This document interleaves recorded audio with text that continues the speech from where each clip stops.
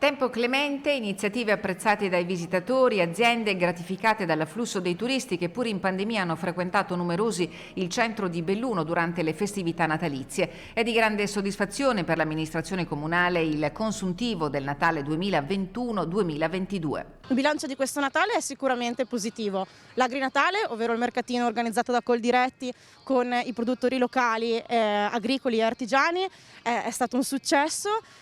Siamo ovviamente ancora in attesa dei dati ufficiali turistici, ma il sentore è sicuramente positivo. In attesa di numeri ufficiali validati dalla Regione Veneto parlano quelli registrati dallo IAT di Piazza Duomo, 323 gli accessi nei 19 giorni d'apertura a dicembre, 178 quelli tra Capodanno e 16 gennaio, numeri quasi raddoppiati rispetto al 2020 quando l'evoluzione della pandemia costrinse a rivedere l'organizzazione del Natale bellunese. Interessante l'esperimento del mercatino Agrinatale affidato ai soci di Coldiretti e delle casette che hanno visto la collaborazione delle aziende di Cittàslò, di Asolo, Follina e Farra di Soligo. Le analisi che sono state diffuse sulla tipologia di acquisti per i regali natalizi conferma che quest'anno c'è stata un'attenzione particolare ai prodotti enogastronomici e soprattutto ai prodotti locali. Più di 3.900 persone sono scese sul ghiaccio, la pista in Piazza Duomo ha registrato un vero e proprio boom di affluenza. L'interesse delle scuole ha portato in pista già 980 studenti ed è stato confermato per tutto il mese di gennaio